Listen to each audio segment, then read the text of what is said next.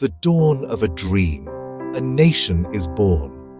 On a hot August night in 1947, a new country appeared on the world map. Pakistan was born from the partition of British India. It was created as a homeland for Muslims. Millions packed their belongings. They left ancestral homes. They walked toward a new border. The journey held hope. The journey held terror. Trains arrived carrying families to new lives. Many trains carried the scars of violence. This movement was one of the largest in human history. It was a story of hope for a new beginning. The new state faced immense challenges from day one. Karachi was a bustling port city, but it was overwhelmed by refugees. The government had very little money, not enough schools for the children, not enough hospitals for the sick. Leaders like Muhammad Ali Jinnah worked tirelessly. They had to build a government, build a military, build an economy from almost nothing. The journey from 1947 to 2026 would be long and winding, full of triumphs and deep disappointments. A key and immediate point of friction was the princely state of Kashmir. Both India and Pakistan claimed it, leading to the First War in 1948. This conflict set a pattern of rivalry and mistrust for decades. Kashmir shaped security doctrines and diplomatic efforts for years to come.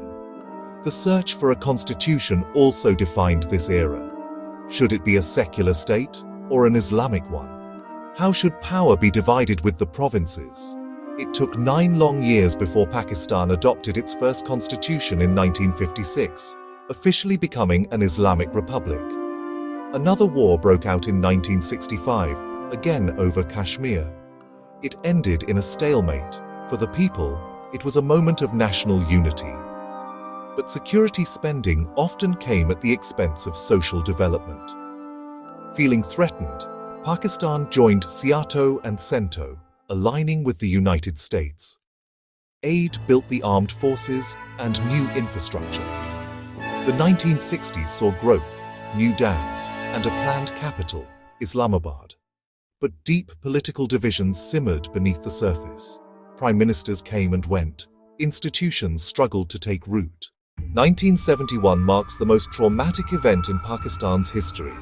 In the East, grievances had been growing for years.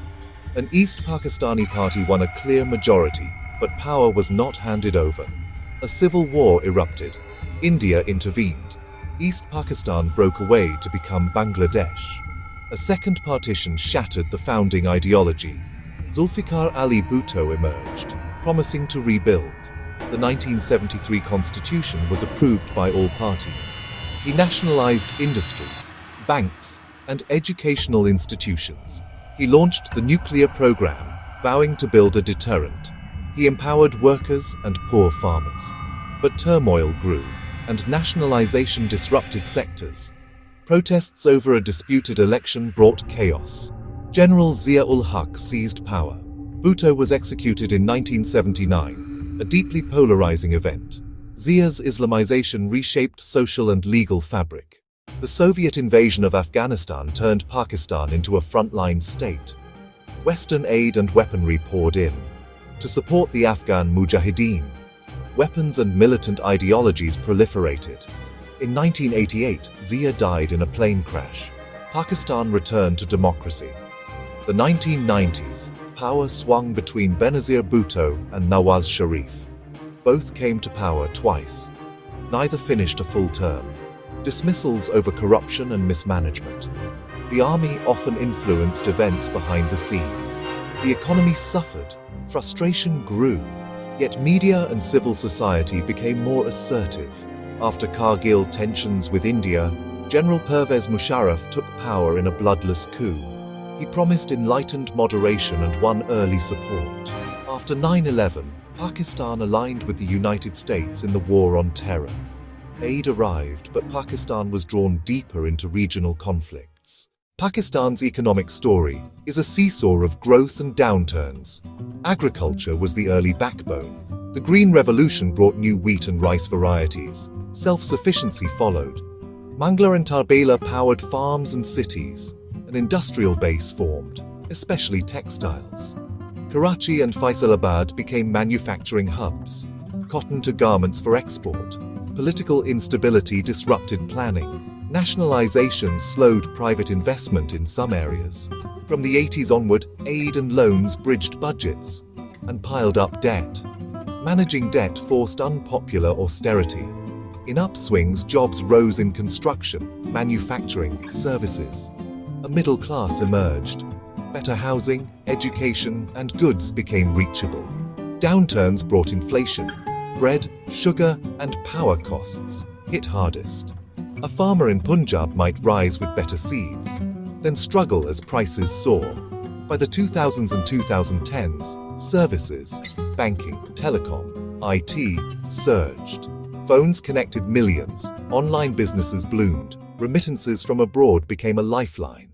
Pakistan's place has been defined by geography and strategic choices. Rivalry with India pushed alliances with the United States. Strategic support against the Soviets brought military and economic assistance. The partnership had highs and lows, with unintended consequences. With China, an all-weather friendship grew. The Karakoram Highway became its emblem. In the 2010s, CPEC poured billions into energy, ports, and roads. After 9/11, Pakistan again became a key US partner. It cooperated against Al-Qaeda, yet paid heavily for terror at home. Another wave of refugees arrived. Relations with Afghanistan were strained by borders and suspicion. With Iran, ties stayed careful and cordial. Pakistan sought balance. US ties, deeper China partnership, improving with Russia and Middle East.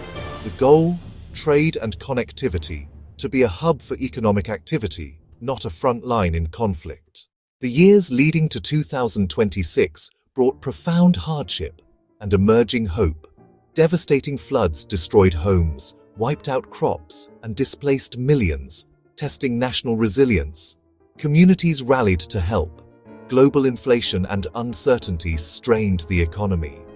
Yet the digital economy began to flourish. A new generation of tech-savvy entrepreneurs rose. Multiple electoral cycles brought peaceful transfers between civilian governments.